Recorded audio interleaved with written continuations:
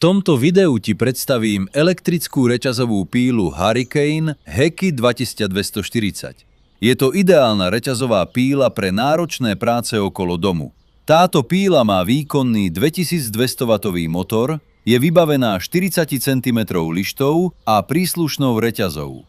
Vďaka tomu je perfektná na stredné až väčšie práce s drevom.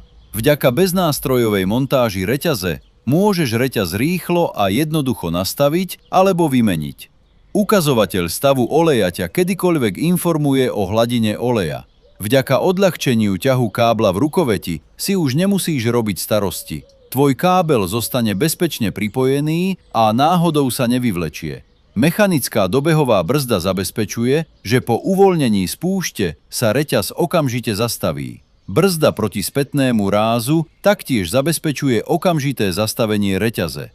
Okrem toho ozubená opierka umožňuje presné vedenie píly, napríklad pri rezaní kmeňov stromov.